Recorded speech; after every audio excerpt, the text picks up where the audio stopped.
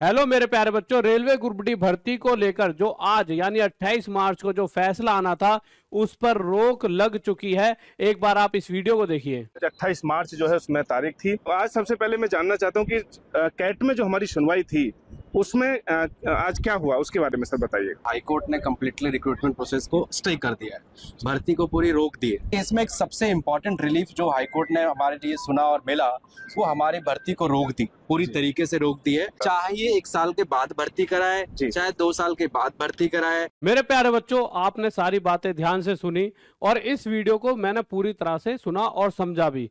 और इस पूरी वीडियो को सुनने के बाद जो मैं एंड रिजल्ट पर पहुंचा हूं वो ये पहुंचा हूं कि कहीं ना कहीं सभी बच्चों ने अपना नुकसान कर लिया है। देखिए, अगर मैं आईटीआई वालों की बात करूं तो उन्होंने अपनी एक मांग रखी, वो जो बिल्कुल सही थी, वो अपनी जगह सही थे। उनका एक दुख था, 5 साल तक उन्होंने एक खर्चा करा और उसके बाद रोज रेलवे ने कहा कि आईटीआई के बिना आपको ग्रुप डी एग्जाम मतलब नहीं दिया जाएगा, यानी कि आप फॉर्म ही नहीं भर सकते।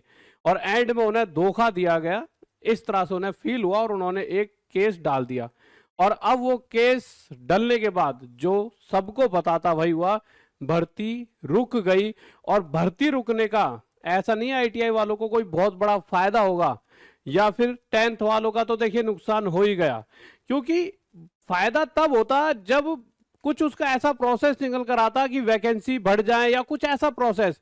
कहीं ना कहीं अगर आप देखोगे, भर्ती को अगर 1-2 साल जिस तरह से लग रहा है, बात आ रही है, अगर 1-2 साल चीजें खिंच गई तो अब आपके पास रह ही क्या गया। अब भर्ती 2 साल तक खींच दी जाए, कोर्ट में लटका दी जाए, वहां पर ना तो रेलवे वाले कह सकते, भाई रेलवे वाले क्या कहेंगे, आपने खुद ही केस कराया बच्चों।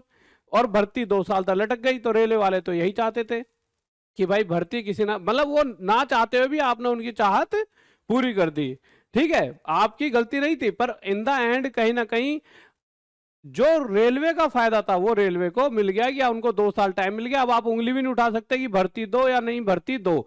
अब आप कोई ट्यूटर प्यूटर कैंपेन नहीं कर सकते, कहीं के भी आप सही तरह से नहीं रहे हो। आपको मैं सच्चाई बता रहा हूं। हाँ, भगवान ने करा कि इस पे फैसला जल्दी आ जाए और आपका ऐसा फैसला है कि हाँ भाई ठीक है कि ये भर्ती को इतनी जल्दी जल्दी करा दो, तो एक अलग चीज है। अगर खिंचने लगा तो बहुत लंबे केस चलते हैं, आपको पता ही है किस तरह से चलते हैं। अब दूसरी तरफ अगर मैं 10वीं वालों की बात करूं, वो भी अपना बहुत परेशान होंगे, क्योंकि 2 करोड़ के करीब, अब इस वीडियो ने पूरा सुना, उसमें कहीं ना कहीं डाटा बहुत बड़ा नंबर सामने आया, तो 2 करोड़ के करीब फॉर्म डाले जा चुके हैं। आप इतना बड़ा नंबर समझ सकते हो, उसमें कितने ही बच्चे आईटीआई वाले, ज्यादा से ज्यादा 25-30 लाख बच्चे होंगे, 40 लाख होंगे। उसके अलावा सारे के सारे वो बच्चे होंगे जो सिर्फ और सिर्फ 10th बेस पर फॉर्म भरा होगा। अब उन्होंने भी कहीं ना कहीं बहुत परेशानी झेली होंगी। अब सबसे पहला काम क्या होगा, इस वीडियो के नीचे जो 10th वाले बच्चे हैं वो वकील को गाली देंगे, वकील साहब को गाली देंगे। परंतु आपको इस बात को समझना होगा मेरे प्यारे बच्चों, किसी भी तरफ से वकील की कभी गलती नहीं होती। देखिए, सभी बच्चे अपना दुख लेकर गए वकील साहब के पास, आईटीआई वाले, उन्होंने अपना दुख बताया कि यार हमें ऐसे ऐसे दिक्कत है और हमारे साथ धोखा हुआ है, उन्हें ऐसा फील हुआ। उन्होंने उनका कोर्ट केस लड़ा और केस में कहीं ना कहीं जान होगी, तभी जाके केस इस तरह से चला कि आईटीआई वालों के पक्ष में जाके चला गया। परंतु जहां दूसरी तरफ 10वीं वाले बच्चे हैं, उनका क्या, कहीं ना कहीं उनके साथ भी अब धोखा ही हुआ है। अब ये गलती एक रेलवे की गलती, उस गलती से करोड़ों बच्चा परेशान हो रहा है। बहुत सारे बच्चे जो मम्मी पापा से 10-10 हजार लेकर उन्होंने तैयारी स्टार्ट कर दी होगी, और बहुत जगह रेंट वेंट बढ़ के, कोई जैसे अगर कोई पटना पढ़ रहा है, कोई इलाहाबाद पढ़ रहा है, जगह जगह कोचिंग में पैसा 25-30 हजार तो सबने खर्च कर दिए होंगे।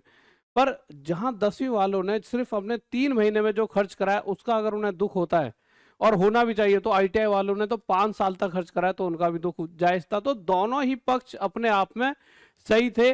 10वीं वालों का भी गलत नहीं था। आज तक तो 10वीं बेस ही निकलती थी ये भर्ती, और इस भर्ती के अंदर जो जॉब होती है, मैंने अपने सभी स्टूडेंट से बात करा, इक्का दुक्का छोड़ के सब ये कहते हैं कि सर इस पोस्ट पर कोई जरूरत नहीं कि बच्चे ने आईटीआई करी है या नहीं करी, काम ही ऐसा नहीं है। सिर्फ ग्रुप डी में क्या काम हो सकता है आप समझिए, वहां पे कोई ऐसी जरूरत नहीं कि आईटीआई वाले हो तभी वो काम हो पाएगा। वहां पर सिंपल आपने 10th भी करी है तब भी काम चल जाएगा। पर आईटीआई वालों की गलती नहीं है, क्योंकि भाई बहुत लंबे टाइम से उनको कहा गया, तो उनकी भी गलती नहीं है।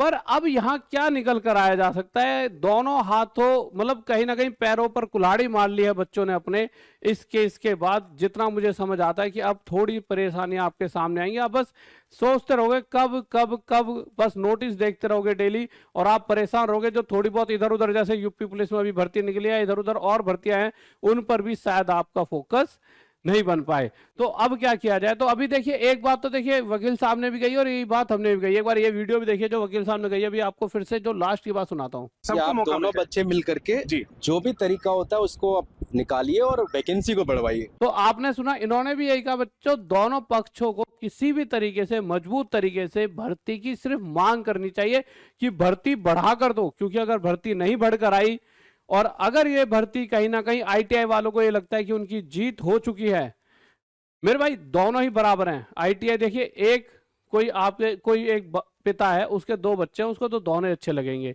वही केस है टीचर के लिए, आईटीआई वाले स्टूडेंट्स भी हैं और 10th वाले भी हैं, तो सभी आप सभी हमसे प्यार करते हो।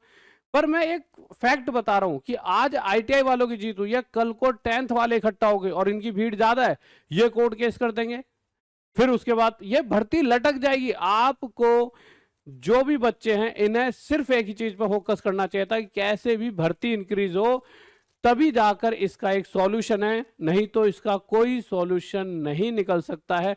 भर्ती हर बार इधर से केस उधर से केस और ये चलते ही रहेंगे केस और आपकी चीजें बहुत लंबी खिंच जाएंगी। और मैं तो वकील साहब से भी कहूंगा कुछ सुझाव दीजिए, आप अपनी तरफ से सोचिए क्या हो सकता है जिससे कि दोनों ही पक्षों का फायदा हो। रेलवे वालों वकील साहब से भी कहूंगा, इधर ये वाले जो वकील साहब इनसे भी कहूंगा कि आप दोनों मिलकर कुछ ऐसा निकालिए और जो बच्चों की भलाई के हित में हो। क्योंकि हम किसी एक पक्ष को भी जिताकर, उससे हमने किसी एक पक्ष यानी आईटीआई वालों को जिताया, पर हमने किसी स्टूडेंट्स को नहीं जिताया। यानी जब जीत स्टूडेंट्स की, विद्यार्थियों की होगी, तब जीत हमारी होगी। हम किसी एक पक्ष को जिताकर हम उनको संतुष्ट कर सकते हैं, पर ओवरऑल बहुत बड़ा ये मतलब बहुत बड़ी हमारी ये बेरोजगारी है कहीं ना कहीं हमारे देश में, उसको हमें कहीं ना कहीं बच्चों तक रोजगार पहुंचाना है जिससे वो अपने मम्मी पापा का सपना सच कर सके। और आपने देखिए अपने पक्ष पे अच्छा काम करा, आईटीआई वाले आपके पास पहुंचे, आपने उनको जीत दिलाई, मतलब आपने कहीं ना कहीं एक अच्छी तरह से उनकी बात रखी होगी। पर थोड़ा सा इस तरफ भी सोचिए और आपस में मिलकर कुछ ऐसा फैसला निकालिए कि हाँ दोनों का फायदा हो। इनके 10th वालों के भी ऐसा ना लगे कि हमने मतलब खर्चा करा सब, क्योंकि यार जॉब सबको ही चाहिए, ऐसा नहीं है।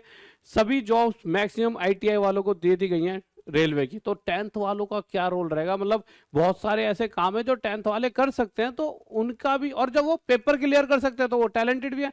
आपको ये डर है कि जो कंपटीशन बढ़ जाएगा, क्यों? 10th वाले बढ़ा देंगे। अब 10th वाले तो अगर आईटीआई वाले टैलेंटेड ज्यादा है तो 10th वाले बच्चों से डरे ही ना। अब 10th वालों से डर क्यों है? क्योंकि वो पेपर क्लियर कर सकता है। अगर 10th वाला पेपर क्लियर कर सकता है तो पेपर, जिस चीज का पेपर वो क्लियर कर रहा है, वो किस चीज का पेपर क्लियर कर रहा है?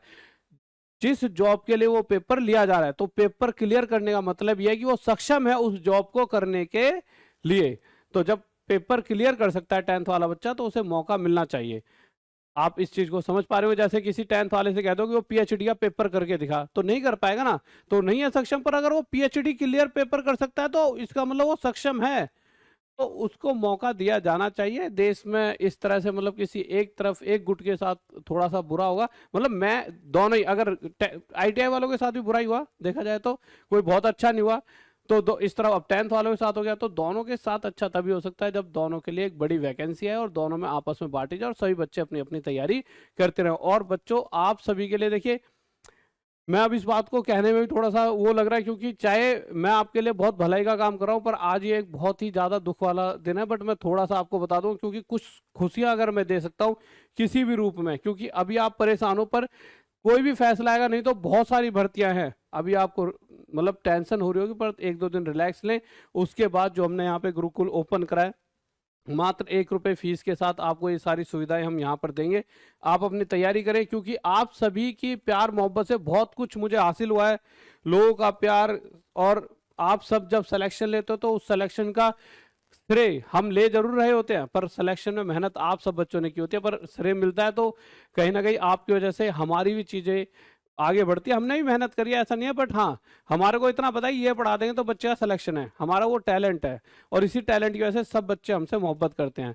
परंतु मेहनत तो बच्चे की होती है, तो आप और हम मिलकर कुछ रच सकते हैं, और वो इतिहास हम रचते ही आ रहे हैं। बहुत सारे बच्चों को सिलेक्शन दिलाया और आगे भी दिलाएंगे, और इस बार एक स्टेप आगे निकलकर हमने गुरुकुल ओपन कराया, जिसके अंदर आप सबको एक ऐसी सुविधा देंगे कि आप एक ऐसे वातावरण में, खोलने को मैं दिल्ली, मुखर्जी नगर ऐसी जगह खोल सकता था, पर वहां दिक्कत ये आ रही थी, वहां पे ना बहुत कंजेस्टेड, और जो गांव समाज से हमारा बच्चा आता है, मैं खुद वहां पे नहीं रह पा रहा हूँ, इतनी ऑक्सीजन की दिक्कत, इस चीज की दिक्कत। तो मैंने एक ऐसी जगह चुनी है, एक कीटम झील के पास, एकदम ऐसा हरियाली हरियाली, और एक कॉलेज पूरा, जहां पर आप आराम से बैठकर ये सारी सुविधाओं का फायदा उठाएं।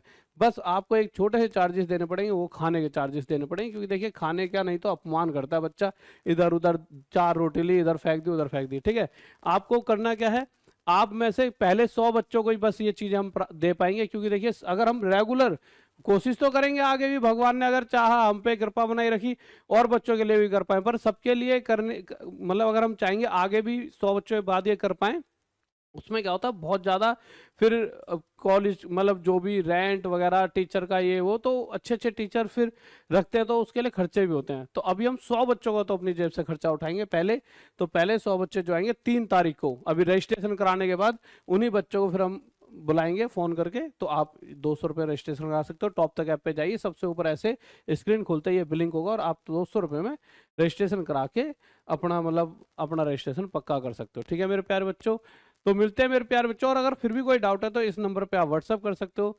और सभी को मेरे भाई लव यू, जय हिंद, जय भारत। आप कमेंट करके बताइए कि आप क्या चाहते हो, क्या आप खुश हो कि सिर्फ ITI वाले जीते हैं, या आप दुखी हो कि आप 10th वाले हार गए हो, क्योंकि देख तो ITI वाले भी रहेंगे और 10th वाले भी रहेंगे, या आप जब खुश होते हैं कि ITI वालों के लिए ये 32 के 32 हजार पद मिल जाते हैं, और इससे अलग एक्स्ट्रा पद 40-50 हजार 10th वालों को मिलते, क्योंकि मैं देखना चाहूंगा कमेंट्स में कि आपकी चाहत क्या है। जय हिंद, जय भारत, लव यू सभी को।